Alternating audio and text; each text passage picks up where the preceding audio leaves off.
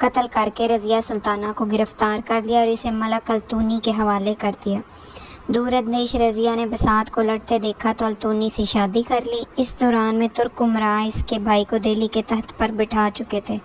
ملک التونی اور رضیہ سلطان نے دہلی پر چڑھائی کی، جہاں جنگ میں رضیہ شور سے بچھڑ کر پسپائی کے عالم میں کیتھل کے قریب ماری گئی۔ سراج الدولہ بنگال کا نواب تھا۔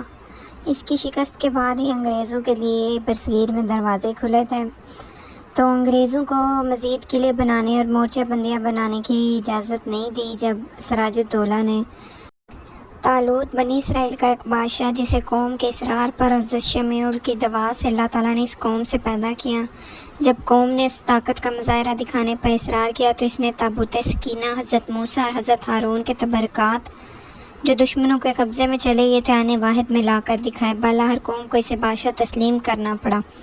آخر جب طالوت نے قوم کو جالوت کے خلاف جہاد کرنے کا کہا، وہ روانہ ہوئے تو رستے میں دریا کے پاس طالوت نے قوم سے کہا پیاس بجھانے کے لیے اس دریا سے صرف ایک چلو پانی سے زیادہ نہ پینا، لیکن قوم نے اس پہ عمل نہ کیا اور انہوں نے سیر ہو کے پانی پیا تو ان کے پیٹ پھول گئے۔ جنگ کے دوران میں طالوت نے اعلان کیا کہ جو کوئی جالوت کو ہلاک کرے گا وہ تہائی سلطنت انعام میں پائے گا۔ بالاخر حضرت داؤد نے تیر مار کر جالوت کو ہلاک کر دیا اور پھر طالوت کے لیے جانشین بنے۔ عبدالحمید ثانی ترکی کا 34واں سلطان، جس کے دور میں ترکی کے نصف سے زیادہ یورپی مقبوضات ہاتھ سے نکل گئے، اور یہ سیزن بھی آج کل چل رہا ہے، بہت فیمس ہے عبدالحمید ثانی والا۔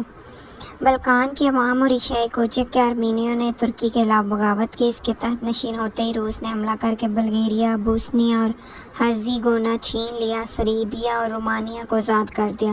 1908 میں نوجوان ترکوں کی جماعت نے بغاوت کر کے اسے دست سے دستبردار کر لیا۔ اس کی وفات قید خانے میں ہوئی۔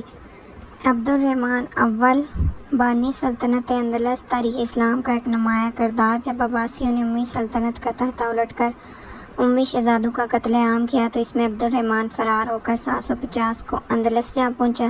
اس نے 6 برس کے اندر 756 کرتبہ میں اموی حکومت قائم کی۔ کرتبہ کی مشہور مسجد اسی نے بنوائی۔ عبدالرحمن نے عباسی حلیفوں سے اپنا لوہا منوایا، فرانس کے بادشاہ شارلمان سے جنگ کر کے اسے شکست دی، قبائل کو زیر نگی کر کے حکومت کو مستحکم کیا۔ اسے الدحال اس لیے کہتے ہیں کہ یہ اجنبی کی حیثیت سے اندلس میں داخل ہوا تھا۔ عبدالرحمن اول کے بعد اس کے نام کے 4 خلفاؤں نے اندلس پر حکمرانی کی، اس لیے اسے عبدالرحمن اول کہتے ہیں۔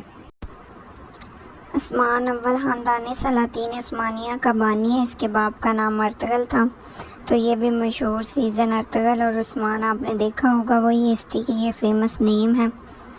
فیصل شاہ بن عبدالعزیز سعود، یہ سعودی عرب کے حکمران تھے، تو جو پاکستان میں مسجد ہے فیصل مسجد، وہ انہی کے نیم سے ہے۔ قاہر باللہ 19واں خلیفہ تھا۔ اس نے مختصر حکومت کی، لیکن اس وقت میں بہت ظلم و ستم کیا۔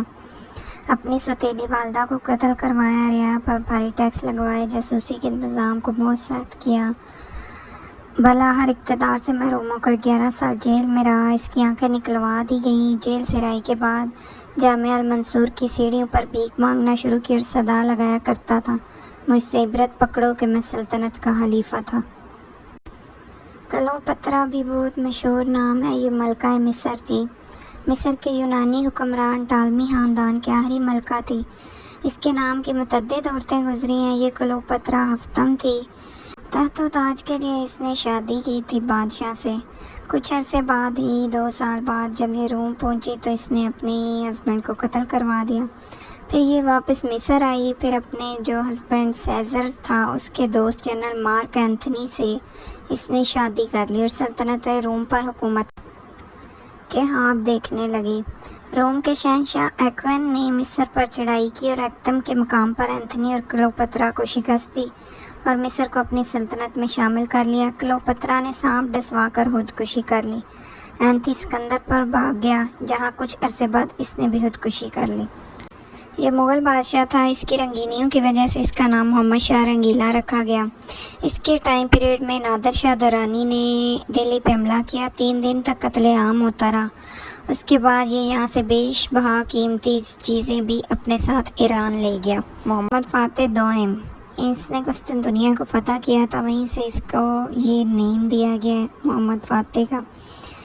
اور اس پہ مووی بھی ہے، وہ بھی آپ دیکھ سکتے ہیں۔ سلطان محمد فاتح نے خشکی پر 6 میل تک لکڑی کے تہتے ڈلوا کر ان کو چربی سے چیکنا کیا، اور اس طرح اس نے قسطنطنیہ کو فتح کیا۔